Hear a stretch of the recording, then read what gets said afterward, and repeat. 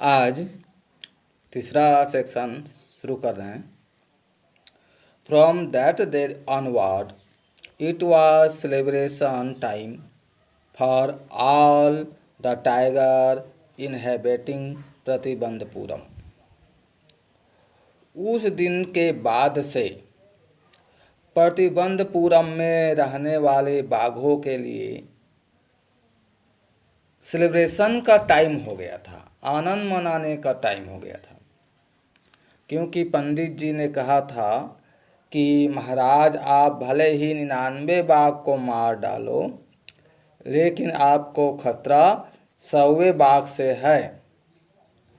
100वें बाघ से आपकी मृत्यु हो जाएगी। ये सब पढ़ा चुके हैं।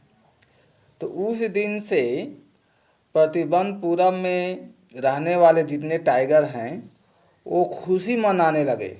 अरे भले ही 99 बाघ को मार डालेगा, लेकिन 100वें बाघ से राजा मर जाएगा और हम लोग को मारने वाला कोई नहीं होगा।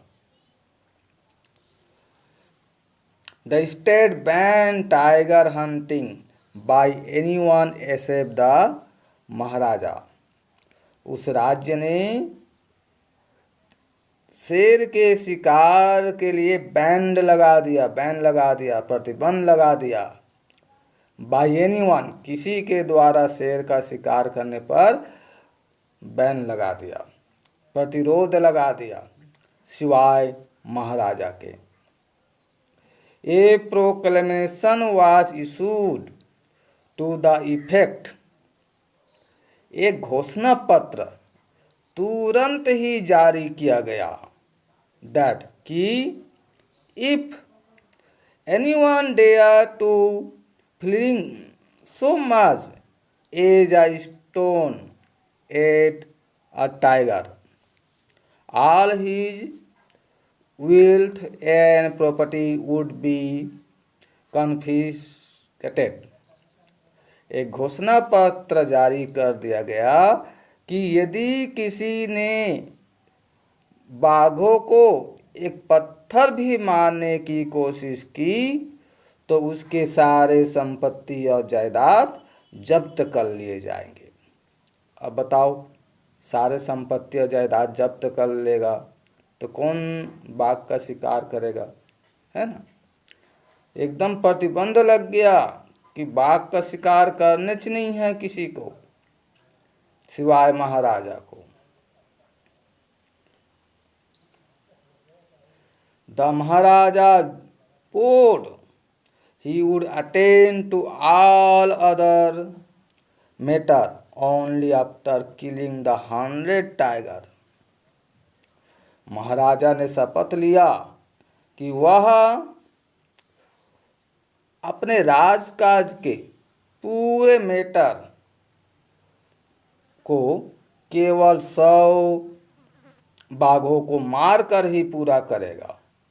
पहले तो वो बाघ मारेगा 100 बाघ, इसके बाद वह राजकाज चलाएगा, इसके पहले वह राजकाज नहीं चलाएगा। ऐसा शपथ पत्र ले लिया। Initially the king seem well set to release his ambition, और जल्द ही वह अपने एम्बिशन को पूरा करने के लिए पूरा करने का ऐसा प्रतीत हुआ कि वह अपने महत्वाकांक्षा को पूरा करने के लिए सेट हो जाएगा। Not that he face no danger, इतना ही नहीं कि उसने कोई खतरा मोल नहीं लिया। भाई बाघ का शिकार करेगा तो खतरा है ही, है ना। तो इतना ही नहीं कि उसने कोई खतरा मोल नहीं लिया।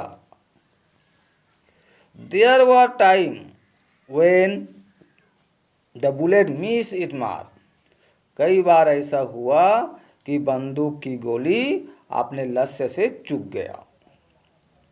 The tiger leaped upon him and he fought the beast with the bare hand, और वह टाइगर राजा के ऊपर झपटा और राजा को उस जानवर से अपने केवल हाथों से ही, नंगों हाथों से ही फाइट करना पड़ा, लड़ना पड़ा, संघर्ष करना पड़ा था। बेयर हैंड अर्थात कोई अस्त्र शस्त्र नहीं, खाली हाथ से बाघ के ऊपर संघर्ष किया। इस time it was the Maharaja who on.